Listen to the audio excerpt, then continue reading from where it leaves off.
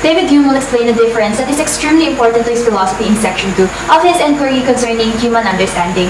It is important for us to know this because it represents how people's mind perceive things, and it is vital for us to understand the lesson as a whole because every section of his book is connected with each other, and you will understand them deeper if you know the distinction between them. Let us start naman the lesson with quoting the first lines of section 2. He stated that there is a considerable difference between perceptions of the mind when the man feels the pain of excessive heat or the pleasure of moderate warmth, and when he afterward recalled this to his memory or anticipates it by his imagination. So, why? Ang tanong dito is why? Bakit ganon? He said that these faculties may copy the perception of the senses, but we can never entirely reach the force and vivacity of the original sentiment. Kahit na we present the object so lively manner or detail by detail, ang pinakamataas lang niyang mararating na degree ay almost feel or almost see it. But unless, it's stated that unless the mind be disordered by disease or madness, they can never arrive sa degree of vivacity na naramdaman natin at first hand or the original perceptions that we felt or original sentiment that we had. Let us now move on to the division of the perceptions of the mind. It is divided into two classes, namely impressions and thoughts or ideas. They are distinguishable by their different degrees of force and vivacity. Impressions are the things that we actually experience. These are the things that we sense through our senses and what we feel. Hume stated that these are more likely perceptions when we see, when we feel, when we love, when we hate, when we desire, will, or hear something, even taste or smell. Whether it is impressions that we experience outward or inward or internally. For example, what I'm feeling right now, I'm feeling hungry, I'm feeling nervous and excited. On the other hand, ideas. These are the copies, the mimics, or representations of what we experience. We can recall them to memory, even if it's not that strong or as lively as the original perceptions. Or we can also imagine it. So recalling what you have felt before, remember what I said, or what you remember or what you heard that I said earlier, when you recall that, it is called the ideas. You know, thoughts or ideas and impressions, there's a primary distinction between them. For you, the distinction is primarily in its strength of perception. The impressions are forcibly more lively, it is strong and vivid. Because when you actually see, hear, feel, or something, the things like listening to music, watching movie or series, or even eating, these are considered to be strong. Why? Because it is happening at that moment. You are actually doing or feeling or experiences and perceiving that at that moment. It's contrary to the perceptions in the ideas or thoughts where the material is weak. Impressions, it is imposed upon us. These are not the options available to us, or like we choose to have these things. Okay, sometimes we put ourselves in a scenario where we have to deal with the things or situations or experiences. For example, fast forward to the part where you're shampooing your hair or you're going to shampoo your hair when you're taking a bath. You'll open the bottle or sachet, and then your sense of smell will immediately connect with the shampoo's scent or the flavor of it. So the sense or the scent of it or the flavor of the shampoo, it impresses itself upon you. It is not something that you choose to experience or you choose to smell. So the same goes with when we feel or sense something that we don't really want to experience or feel or we don't want to sense. It is more of imposed upon us. On the other hand, ideas can be composed by us and at some point willing or volitional. Hume states that nothing at first glance appears to be more limitless than our thoughts, which not only defies all human power and authority, but also the nature and the bounds of reality as well. Let us quote what he said, that to form monsters enjoying incongruous shapes and appearances cause the imagination no more trouble than conceive the most natural and familiar objects. So in here, imagination is a rich faculty in composing new ideas. So guys, remember that they're both perceptions of our mind. Both are means for us to comprehend the reality outside or inside or internally within us. But they differ in various aspects, such as where they come from experience, from memory, the degree of force and vivacity, or if we have a degree of willingness or volitions voluntarily whenever we identify them. Let's say, for example, when I say to you that I'm in a fit of irritations because of my recording, it takes time to shoot and consumes most of my time. You can conceptualize an idea of what I'm feeling. I'm sure you've experienced the feeling of being irritated. It's the same feeling when you lose your patience because of something. O kaya naman, for example, naglalaro yung kapatid mo, paulit-ulit ka niyang niyayaya. You can feel this feeling, di ba? But it is not the same as remembering it unless we agitate or be irritated ourselves again. We feel irritated again. In which case, we're having the impressions na naman. O halimbawa, dahil nga ang tagal ko mag-recording, na-late ako, naalala ko yon. Magagalit na naman ako, maiinis na naman ako. But with that, I'm having again an impressions. Just remember that the only thing in ideas is that it is not lively or it is not as strong as impressions.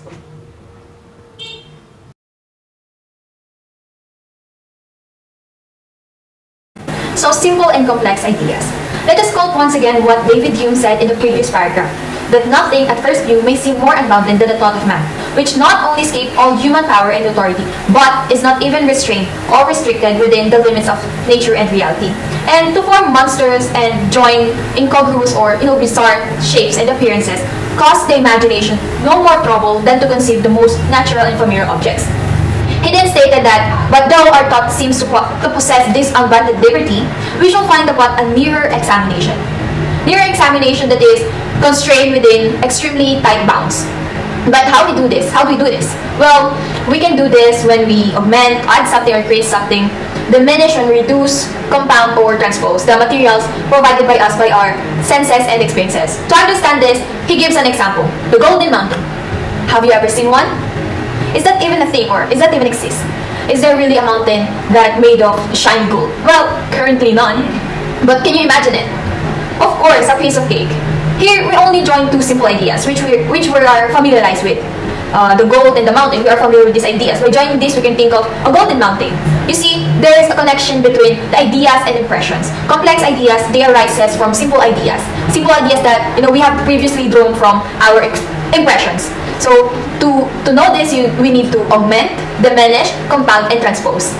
Based on our previous lesson, we can say that empiricism is genuine information about the universe that must be obtained a posteriori, or knowledge based on our experiences or what others have told or shared us about their experiences. Basically, it is an epistemological theory that states that all our knowledge, primarily comes from our experiences.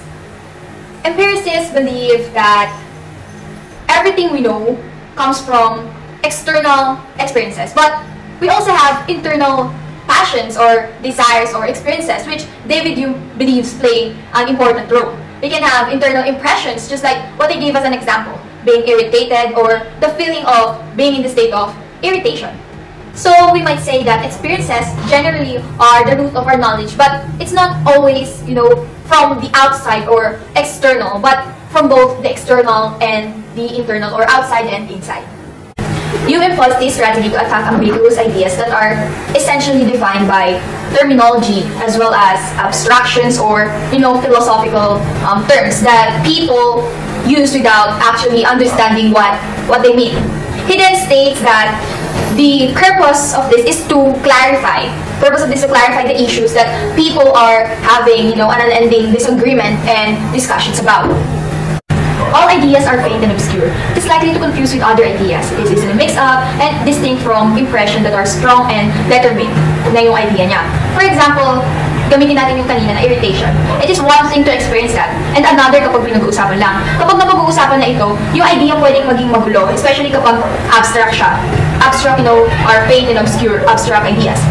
Sometimes abstract ideas are some things that we don't usually, actually encounter, but we form our own conception about that thing. He also said that when we have often employed any term though without distinct meaning, we are apt to imagine it has a determinate idea next to it. When we imagine that it has a determinate idea, just because there is a word attached to it, doon tayo nagiging confused. Hindi yung idea niya determined. So nagiging confused tayo, nalilito tayo sa mga terminologies, lalo na sa mga philosophical terms. So it is contrary to the impression because impressions are vivid and strong and ideas nga are exactly determined. Hume then added that when considering any suspicion that a philosophical term is employed without any meaning or idea, magkakaroon tayo ng katanungan. From what impression is that supposed idea derived? Saan siya nabula kung hindi doon, kung wala doon, kung walang meaning? And if it is impossible to assign any, this will serve to confirm our suspicion. And by bridging ideas into a clear light, we may reasonably hope to remove all dispute which may arise concerning their nature and reality. By this, we may assert that all our impressions are innate. It is original or copied from no precedent perception according to David Hume. And our ideas or thoughts are not innate, because it is not original and it is copied from precedent perception. There's a general rule that tackling his discussion on where the ideas arrive. Well, we all know that ideas, they come from impressions originally, on our senses or feelings or passion. So Hume states that if it happens from a defect of the organ that a man is not susceptible of any species of sensation, we always find that he's little susceptible of the correspondent idea. Bakit? Kasi, as previously stated, ideas are more than just what we create or compose with our imagination. It is the replica, it is the copy of our original perception based on our passions or senses. So he gave an example. He says that a blind guy has no concept of colors. And the deaf one has no concept of sounds kasi hindi naman sila familiar dito or wala silang impressions dito. And then he says that restore whichever sense he is deficient by providing his new inlet for his sensation. You also open an inlet for his ideas, and he has no difficulty perceiving or imagining these objects na. And while there are few or no instances of deficiency in our mind in which person has never felt or entirely capable of sentiment or passion that is characteristic of his species, we observe the same occurrences but in a lesser degree. He gave an example where, a gentleman's attitude prevents him from imagining relentless vengeance or violence because it is not in his, nature. It is not, parang na-introduce sa kanya. Or neither can a self-centered heart comprehend the heights of friendship and giving. Again, no impression. So the general rule is, unless we have an impression by sensing or feeling or, having passions of something, we cannot formulate an idea. So that is the general rule. However, according to Hume naman ulit, this is usually the case. There is usually a case, but that things sometimes turn out differently. Okay, impressions, ito talaga yung general rule. This is usually what happens. But there is an exception. What is this exception? By using this exception, Hume is attempting to demonstrate that ideas, can develop independently of their associated impressions. Unlike dun sa ating general rule, contrary to the general rule na unless we have an impression, we can formulate the idea. So, sabi niya, consider or imagine a person to have enjoyed his sight for 30 years and has become perfectly acquainted, or he has a lot of impression out of it with all the colors but one shade of blue. Then, arrange that on a scale from darkest to lightest, except that particular shade. So, consider the visuals that I have in this slide. Makikita nyo that merong awang sa gitna. So, Hume states that the person is actually going to perceive a blank. Bakit? Because he knows that there is a shade that is missing because he will become sensible na kasi may malaking distance yung part na ito kumpara sa ibang part ng orders ng color. He is aware now that there is a lack of the shade that should exist between the two. Alam niya na meron dapat nakalagay dito. Sa base lang sa kanyang observation. Then Hume asks whether it will be possible for him from his own imagination to supply this deficiency or raise up to himself the idea of that particular shade. Kung may imagine niya ba yun? Though it had never been conveyed to him by his senses. Well, according to Hume, there are few, but he will believe that he can. He also states that it may serve as, ito ang proof that simple ideas are not always derived from correspondent impression. Though this event is so unique or singular, it is hardly worth our observations. As a result, it does not warrant a change in our general principle, which is, unless we have an impression, we cannot formulate that idea. Let us now move on to section B of Enquiry concerning human understanding, entitled The Association of Ideas. So David Hume, he states that there is a principle of connection between the mind's thoughts or ideas. They introduce each other with a degree of method and regularity in their manifestation or appearance or memory or imaginations. He states that in our more serious thinking or discourse, this is so observable that any particular thought which breaks upon our regular tract or our chain of ideas, it is immediately rejected. Serious thinking is when we are paying close attention to whatever we are doing. For example, if you are presenting in class or someone interrupts you or something unexpected appears, it breaks upon your regular track or chain of ideas and you'll either reject it or you'll become distracted by it and go with it. So it is not just in serious thinking. This also happens in our wandering reveries, in our every dreams. We should reflect that imaginations are not altogether adventures. Meaning of this is that even in our dreams, it is not looking for things at random, but there was still a connection between the several concepts that followed another. In any case, if the most casual and freest dialogue were to be interpreted, there would be something apparent that connected in all of its transitions. When people say random things, you'll notice that there's a sort of underlying principle of connection that we don't see, but they do. And they're informing you of that observation.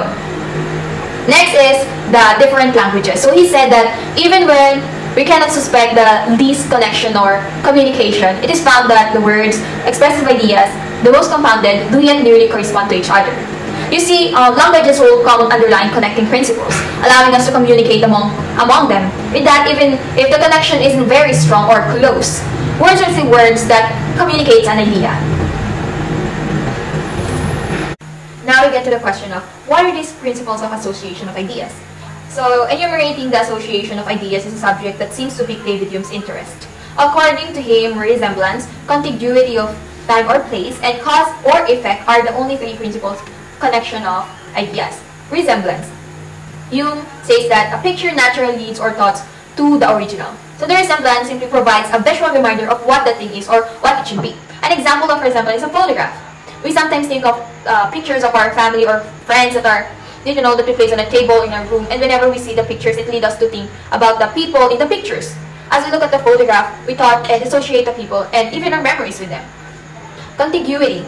One apartment in a building naturally introduces an enquiry of or discourse concerning the others, meaning they are together at that thing, or they're both existing in the same time and space or place. For contiguity of time and space or place, let's picture this. Whenever we look back to our memories of our high school days, we may think about our classroom, and as we think about it, our mind will associate it with our school building as a whole. Our classroom and the school building were associated with each other because they both exist in the same time and space. Cause or effect. He states here that if we think of a wound, we scarcely forbear reflecting on the pain which follows it. So thinking one of them, cause or effect, leads us to think about the other, just like in his example. Thinking the idea of a wound leads us to the idea of pain. For cause or effect, we can think of a knife and a cut. Whenever we see the knife, we can associate it with a cut, just because we know that a knife, especially a sharp one, can be the cause of cut. The knife is the cause and the cut is the effect.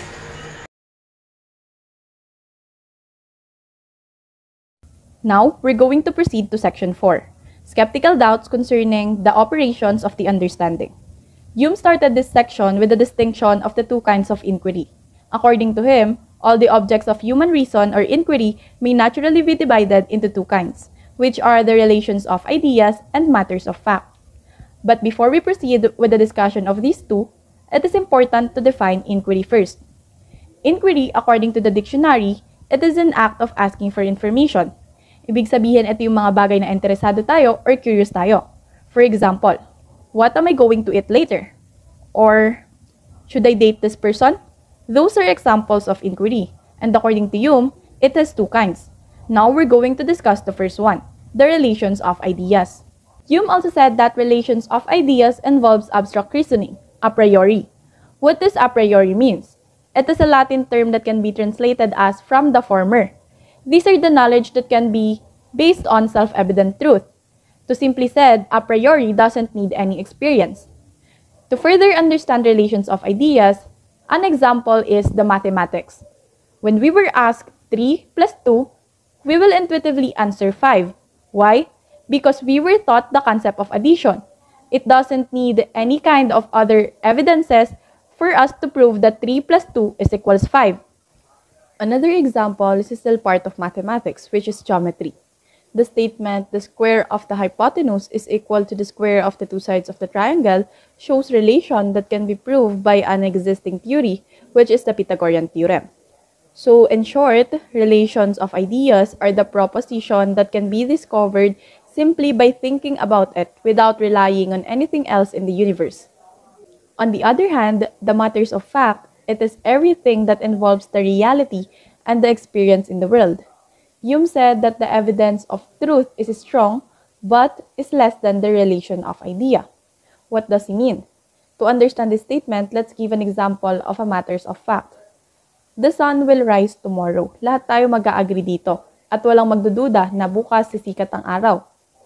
But, it is not 100% certain that the sun will rise tomorrow. The reason why the evidence of truth is strong kasi lahat tayo nag-agree. Walang nagdududa dito. Pero it is still less than the relation of ideas dahil it is not 100% certain. This means that it is a posteriori. A posteriori, it is a Latin term that can be translated as from the latter. These are the knowledge that are based on observation and experience. Moving on, Hume made an interesting point. He said that contrary of matter of fact is conceivable. Kung babalikan natin yung example natin that the sun will rise tomorrow, based dito sa sinabi ni Hume, we can also say that the sun will not rise tomorrow. We can imagine what it is like if the sun will not rise tomorrow. But this statement seems to be contradicting, especially to the knowledge that we have about the sun. However, Hume made it clear that it is not contradictory. Why? Because these two statements, the sun will rise tomorrow and the sun will not rise tomorrow, are both matter of facts. This means that it is not contradicting any relations of ideas. Either one can be true or false. Hume thinks that because we can conceive of things being different than they are, we can never be 100% certain that they're going to turn out the way that we expect. Both statements that I have said can be true or false, but it can only be proven when tomorrow comes. We can imagine the contrary of the first statement, but it is not 100% certain. So, it is not contradictory. Kung babalikan natin yung lesson natin last week about principle of non-contradictory, it says there that if one statement is true, then the other one is false, and vice versa. And we can apply that to our statement right now. If the sun will rise tomorrow is proven to be true, then the sun will not rise tomorrow is proven to be false. So, it is not really contradictory. Hume also pointed that matters of facts involves reasoning from basis of what we sense, remember, or imagine. Our reasonings will be based on what we perceive through our senses and what we can remember and what we can imagine. That's why we need to have a contact to our inner selves and to the outside world. Lastly, Hume pointed that all reasonings concerning matter of fact seem to be founded on the relation of cause and effect. This will be further explained. I will now further explain the cause and effect. All our reasonings about the matters of fact, not just the relations of ideas, it also includes what we know about the universe and ourselves, are largely based on cause and effect. Ginagamit natin yung cause and effect as a reference whether we realize it or not. If that's the case, kailangan natin malaman what is cause and effect at saan nga ba ito binatay. Hume said that by means of that relation alone, we can go beyond the evidence of our memory and senses. So if we want to figure out or carry sum of logic, arithmetic, or geometric equations, or we just want to go beyond what we are immediately sensing right now, or if we want the world to be coherent, or to understand our mental processes and our passions, really not, because we've got cause and effect. Cause and effect can be based on different things, but Hume emphasized that cause and effect is not derived and cannot be predicted solely from a priori reasoning. It is neither something we can know apart from experience, nor is it something we can infer by analyzing the relations of ideas. In fact, Hume said that causes and effects are known from experience. If causes and effects are known from experience, ibig sabihin na yung alam natin sa isang bagay, hindi yun nangangahulugan na alam na talaga natin ang iba pang mga katangian ng bagay na yun. Malalaman lang natin kung magkakaroon tayo ng sapat na karanasan. For example, a child eating or drinking something that is dangerous like chemical. Nalaman ng bata na delikado yung bagay na yun dahil kinain niya or ininom niya. Another example is a person eating something that he or she allergic of. Hindi malalaman ng tao na yon na meron siyang allergy sa pagkain na yon if he or she accidentally or willfully eat that food. We could go on and on by simply knowing the things that we don't automatically No, all of its effects are going to be until we acquire experience. So we need to gain experience and only then we can know the causes and the effects. And Hume said that this has to do with the laws of nature and operations of bodies. We can't derive them a priori by just thinking and sitting, but we need to have a resource of experience to draw upon in order to make sense of them. For example, yung isang billiard ball, maaari siyang mag-cause ng paggalaw sa another billiard ball. Ngunit paano tayo nakakatiyak na gagalaw nga yung pangalawang billiard ball? Hindi tayo 100% certain. But Hume, nag-provide siya ng number of consideration na tinawag niyang reflections. Kapag may nagsabi na, no, na we're getting our ideas a priori or from relations of ideas, we don't actually need to experience cause and effect. Then Hume was like, okay, let's think about a few things here. Then, there are 5 reflections that he brings up. The first reflection is mind can never possibly find the effect in the supposed cause. Why? Because the cause and the effect are actually different from each other. Cause and effect are distinct. Balikan natin yung example natin about the billiard ball. The motion of the second billiard ball is completely different from the motion of the first billiard ball, and nothing in the first suggests even the slightest indication of the second. Hume suggests that this knowledge cannot be a priori since we can deny that the second billiard ball will move. In the second reflection, Hume says that when we examined our mind and the ideas, the same thing goes for the connection. According to Hume, our perception of a single event leads us to believe in an unobserved cause. But according to him, beliefs about cause and effect between two events aren't always correct. Without being contradictory, it is feasible to deny causality. We really don't have a priori idea here that we can actually work with. Another point he makes is that people might say, well, we understand these general principles about how physical things work. And that's interesting. But Hume said that we don't really understand certain general causes. Ano ba yung mga tinutukoy niya dito sa general causes? Elasticity, gravity, part cohesion, emotion communication by impulse. These are probably the ultimate causes and principles that we'll discover in nature. But we can't trace the exact cause of these things because we don't know what they are. And then the last one of the reflection, some will say that it is fine and we do have some things that we do know a priori. And we can work out a lot in this field of mathematics in general that includes logic, geometry, arithmetic. And Hume says that that's true, but as soon as we start to apply this to real things, every part of what he calls mixed mathematics still relies on experience. The part of the applied mathematics that is purely mathematical, we can say that we know that completely. We understand how that works. But as soon as it starts being applied to the realm of our experiential reality, we are now within the realm of these cause and effect, and we can't be entirely sure that the mathematics that we are applying are completely accurate. We can't ever really know if we've measured something perfectly. We can only be reasonably certain that things work out according to certain equations, but they also might not. Hume thus concludes that our knowledge of cause and effect must be based on experience. From observed phenomena in the past we infer as yet unobserved phenomena in the future. Let's proceed now to the part 2 of section 4. In our previous discussion, it was made clear that experience is at the heart of causal reasoning. Hume points out in this chapter that the basis of experience reasoning presupposes a new question. Kiniklaim niya yung conclusion from the experience ng operations of cause and effect hindi grounded on reasoning or any process of understanding. Sinabi pa niya na no reasoning or any process of understanding gives justification for experiential reasoning. Because of this point, Hume does not see how one can be justified, so it is needed to take an intermediate step, which is to draw reason or argument. So Hume included the two kinds of reasoning, which are the demonstrative reasoning and the moral reasoning. Hume stated that we can't know whether the future will be like the past by demonstrative reasoning, because it is not a contradiction to propose that the future won't be like the past. Moral reasoning is also ineffective since it creates a vicious circle.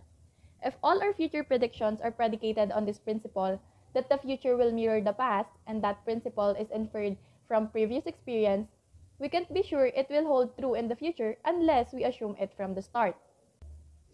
In conclusion of the part 2 of section 4, Hume stated that the conclusion from the experience of the operations of cause and effect are not grounded on any reasoning or any process of understanding. It cannot be grounded on demonstrative reasoning because relations of ideas cannot yield knowledge of causation. It cannot also be grounded on the moral reasoning because matters of facts depends on the likelihood that the conclusion is true. There's no other way around for the conclusion to be grounded on any reasoning, but the conclusions can be learned through custom or repetitions of experience. Skepticism is the attitude of doubting knowledge claims. David Hume is said to be a skeptic who thinks that, unlike other skeptics, skepticism will disclose to us some means of getting by in our lives. And it is with speculative philosophy that always talks of doubt and suspense of judgment, danger in hasty determinations, and restricting the understandings increased to very constrained boundaries, and putting an end to all of the speculations that do not fall within the bounds of our everyday lives and practices. In section 4, Hume states that conclusion cannot be based on demonstrative reasoning because relationship between ideas cannot produce knowledge of causality. It can be based on our moral reasoning either because matters or fact rely on probability that the conclusion is correct. Here in section 5, he states that nature will always maintain her rights and prevail in the end over any abstract reasoning whatsoever. Nature here does not require permission to carry out its function. He then continued that though we should conclude that in all reasoning from experience, there is a step taken by the mind which is not supported by process or of understanding or argument of understanding. And there is no danger that these reasonings on which almost all knowledge depends will ever be affected by such a discovery. So, if the mind is not influenced to take this step by argument, it must be influenced by another principle, right? Principle that is equivalent to it in terms of weight and authority. But what is this principle? He introduced this principle by giving an example between a person with a strong faculty of reasons and reflections and a person that has acquired more experience.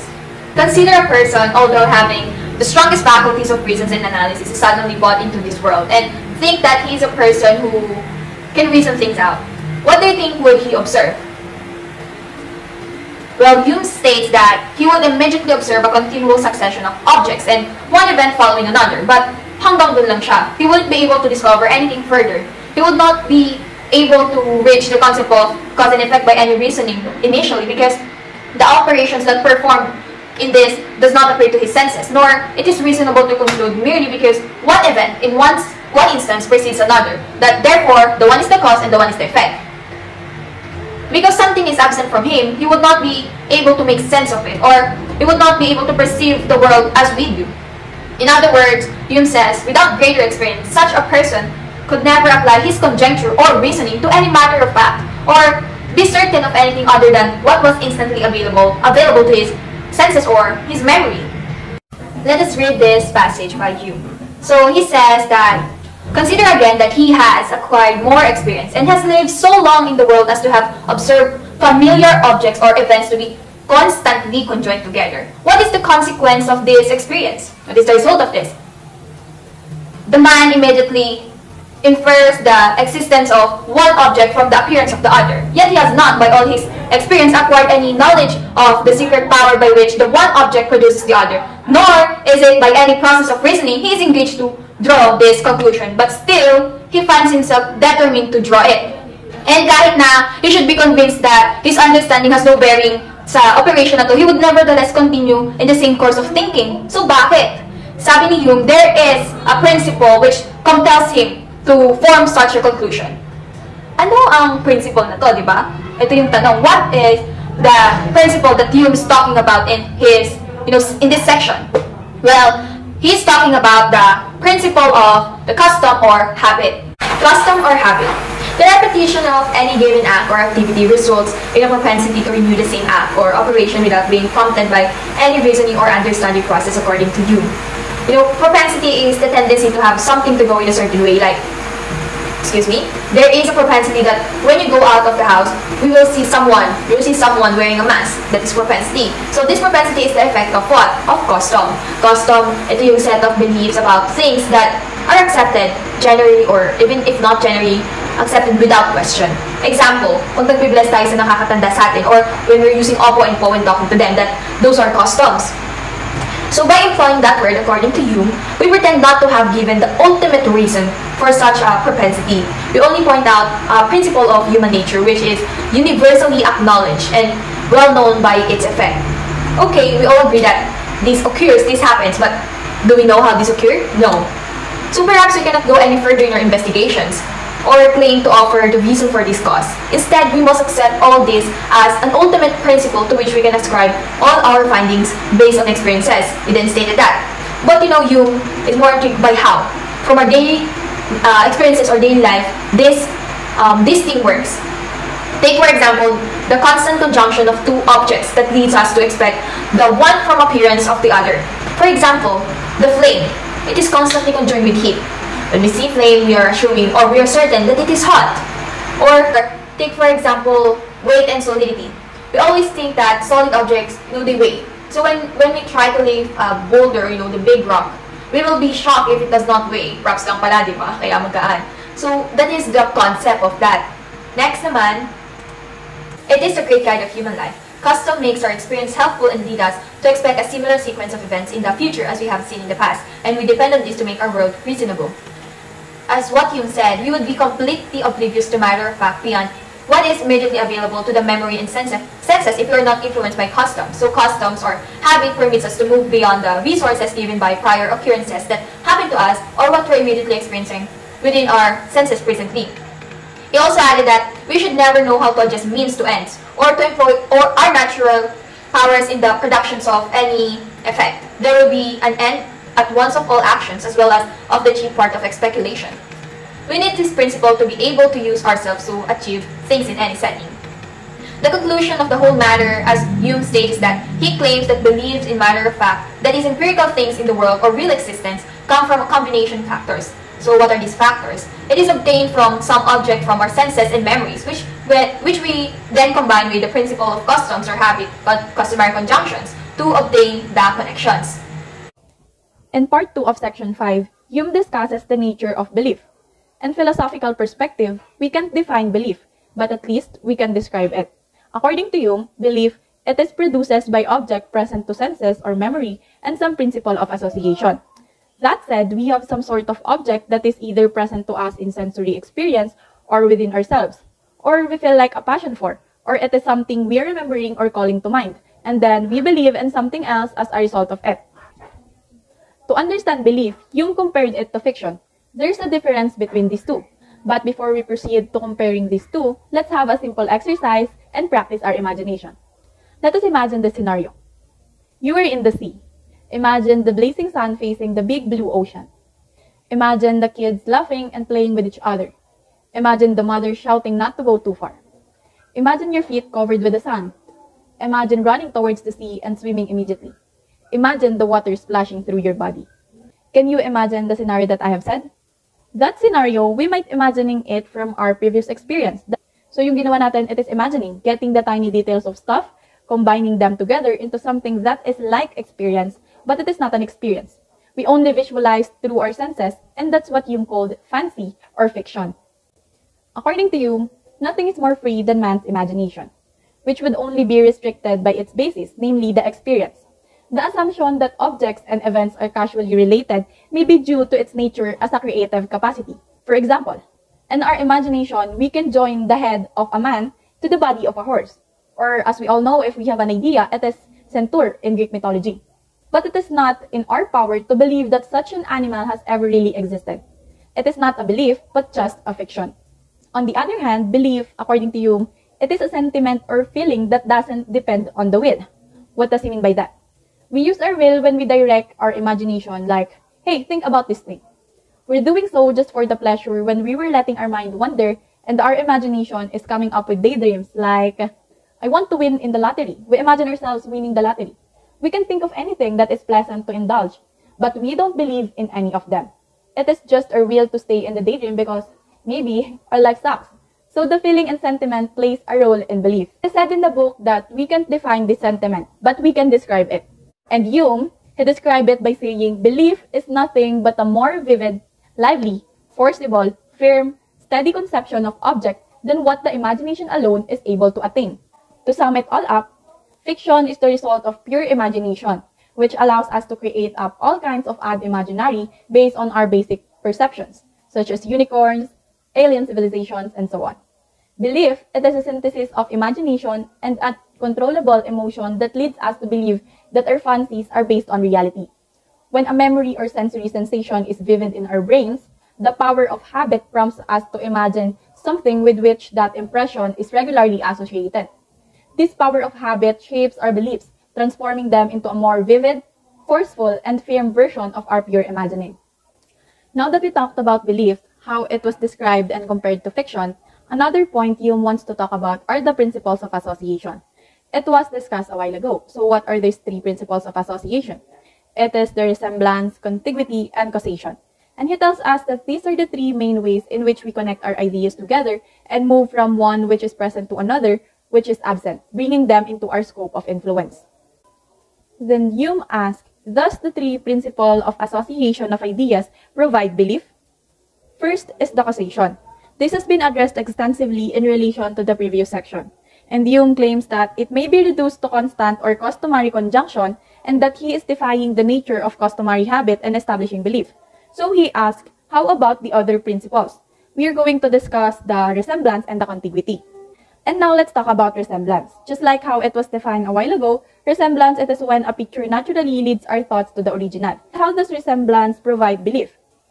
We are looking for resemblance so that we might not only grasp that there is a connection between two objects. So for example, when we see a picture of someone we care about or someone that we love, we feel warm. Unless it is an image of them being bitten by a dog, in which case we feel horrible. Hume has given another example, in the case of religious ceremony. The notion is that by participating in the rituals, which can be applied to just about anyone, they are able to relate those ceremonies to whatever it is that they are intended to keep in mind, like having a relationship with a divine person, object, or principle. How about contiguity? Hume provided another example for this principle of association. He said that in both space and time, contiguity is being connected. We are traveling through space and time, and when we come closer to something we can see or experience, but can see things in space and time that are connected to it, our mind is pulled to it, and it can have an influence on us. For example, it is when we walk home, when we are being near home. We may feel frightened as we come closer to our home, lalo na kung hindi tayo nagpaalam sa parents natin na alis tayo. Or, we may feel delighted when we are near home, when we came from work or we are so tired. Or we may feel something else entirely. For example, it has been a long time before we visit our home in the province. We may feel nostalgic about it. Hume also provided a key feature, which he said, belief of correlative object presupposed. Paano natin i-explain to? I-connect natin sa naging example natin sa contiguity and resemblance. Sa resemblance muna. Kanina nabanggit that whenever we see a picture of our loved ones, we feel warm. But what if the person in the picture is someone that we don't even know? So we are not going to feel anything. And in terms of contiguity, we won't be able to grasp the idea of being near home if our home doesn't even exist. So it is needed that the home should exist. We can think of it this way. We need to have at least some belief content or energy or feeling in order to get it anywhere else. Meron pang binigay na example si Hume. For example, wood and fire. Ma-associate natin tong dalawa with each other and we can perceive that the wood can light up the fire, like in the campfire. Meron na tayong presupposed idea of the connection of these two. And also, another example is the sword and wound. We already have a presupposed idea kasi alam natin that the sword can cause a wound to us. So that is the key feature, the belief of correlative object presupposed. In conclusion, all three principles play a role in how we move from one thing we believe in to another thing we can believe in, or vice versa. All three will be crucial in our understanding of what Hume refers to as matter of facts, or the things in the world, things having to do with our own emotions or passions, and things having to do with our relations with other people. Let us now proceed to the last section that we are going to discuss today, Section 7 of the idea of necessary connection. Have we ever wondered where do we actually get the concept of power, or cause, or necessary connection from? In this chapter, Hume observed the metaphysical ideas. According to him, no concept in metaphysics is more ambiguous and unclear than force, power, energy, or necessary connection. He's saying that we can't just substitute terms for each other, which is one of the problems in philosophy quite often. And kahit hindi naman sa philosophy, maraming fields ang gumagawa nito. But to get to the bottom of things, we need to figure out where does this idea actually came from. He started with complex ideas. He asked, is it a complex idea? If it is, then we can figure it out by definition. We define the idea essentially We analyze it into its component terms and hopefully, ultimately get down to simple ideas. So what is simple ideas? According to the book, simple ideas require looking at impressions or sentiments. Remember that for Hume, ideas of the mind are copies of sentiments or impressions or passions that we have. So they are sort of less vivid. That's the only distinction that we can maintain between them. We need to consider where we got this notion in the first place, and then consider whether we had that original core idea, and then we kind of altered it and turned it into a more complex idea that we apply, we transfer to all sorts of other things. When it was asked, where can we find this impression of power, Hume stated 3 interactions, which are body-body interaction, mind-body interaction, and mind-mind interaction. But later on, it will be revealed that Hume will reject this idea. He will claim that these interactions, we can find the impressions of power there. Why is that? We are going to discuss now those interactions. Let us now start with the body-body interaction. It is observing material and external subjects and their relation. Hume claimed that external objects will not provide us with the idea of necessary connection. There isn't a single situation where we can investigate at and find causality between cause and effect. It simply doesn't happen. To illustrate this body-body interaction, Hume uses again the billiard ball. He says that all we see is the first billiard ball moving, followed by the second billiard ball moving. We don't see the act of causation. The mind also does not comprehend the workings of cause and effect. Otherwise, we would be able to predict what effects would follow from causes without having to rely on observation. Next is the mind-body interaction. It is observing the relation between our mind and body. Hume investigates the mind-body interactions that might result in limb movement as a result of voluntary activity. While we are conscious of our ability to move our bodies, we are unaware of the link between volition or the will and bodily movement, as Hume points out. Yung connection ng mind and body, hindi ganong nauunawaan. Wala tayong idea kung bakit natin na igagalaw yung daliri natin, pero hindi yung puso natin. In addition, between the act of volition and the movement of the body, Hume points out a long chain of muscle and nerve reaction. Gusto ng isip natin na ang braso yung igalaw, ngunit gumagawa ito ng isang buong serye ng mga epekto na hindi naman natin kagustuhan. And the last interaction is the mind-mind interaction. It is observing willing our own ideas and consideration. Hume examines mind-mind interaction such as how we focus our minds or generate thoughts and finds no necessary link. Nagsisimula siya sa pagsasabi na hindi natin alam kung paano nagagawa ng isip ang isang ideya mula sa wala. He goes on to say that experience tells us that the mind has varied degrees of control, tulad ng pagkakaroon ng higit na control sa reason kaysa desire, o pagkakaroon ng mas malakas na disiplina sa sarili kapag ang isip ay malusog. Natututunan natin ang mga bagay na ito sa pamamagitan ng karanasan, na nagpapahiwatig na sinusunod lang natin yung consistent conjunction and not a necessary relationship. So based on the explanations of the following interactions, therefore, there's no single instance that we can find where we've got these simple ideas. We are not just finding it. Maybe we don't have actual idea of connection or power. So if that's really the case, maybe we really don't understand this stuff. We're really just talking nonsense when we talk about power or causality. If we can trace it back to impression or sentiment, that should be a real problem. But as Hume goes on to argue, it appears that this impression of a necessary link among occurrences comes not from one single thing, but through a number of identical cases in which the continual conjunction of various events occurs. Ibig sabihin, the idea, it resides in repetition of similar instances, or yung tinatawag nating custom or habit. So now, let us proceed to the part 2 of section 7. The second part of section 7 puts a positive spin on the skepticism we saw in the previous part about the necessary connection. Hume does not claim that we can justify the necessary connection, but he does provide an explanation for it. So what did Hume did? He has given the word cause a definition. We may define cause as an object followed by another, and where all the objects similar to the first are followed by the object similar to the second. Or in other words, where if the object had not been, the second would never have been existed. Magandang example na dito is yung sa billiard ball. The first billiard ball caused the motion of the second billiard ball. Ibig sabihin, yung first object is the first billiard ball, and it was followed by the second billiard ball. hindi magkakaroon ng motion yung second billiard ball without the first billiard ball. The presentation of a cause always leads to the mind to the thought of the effect via standard transition. We have had also prior experience with this. As a result, we can develop a new definition of course that it is appropriate for our experience and call it an object followed by another and whose appearance always conveys the thought of that other. In this section, yung problem na na-encounter is we could find no rational foundation sa idea of necessary connection, kahit pa naniniwala tayong lahat dito. We needed to define some basic impressions on which the concept of necessary connection is based in order to be able to speak sensibly about it. The concept of necessary connection is intertwined with the concept of causation. Hume claims that causality is gained psychologically from the constant occurrences of events. It is the same with the concept of necessary connection. The mind gets used to the things happening in a specific way.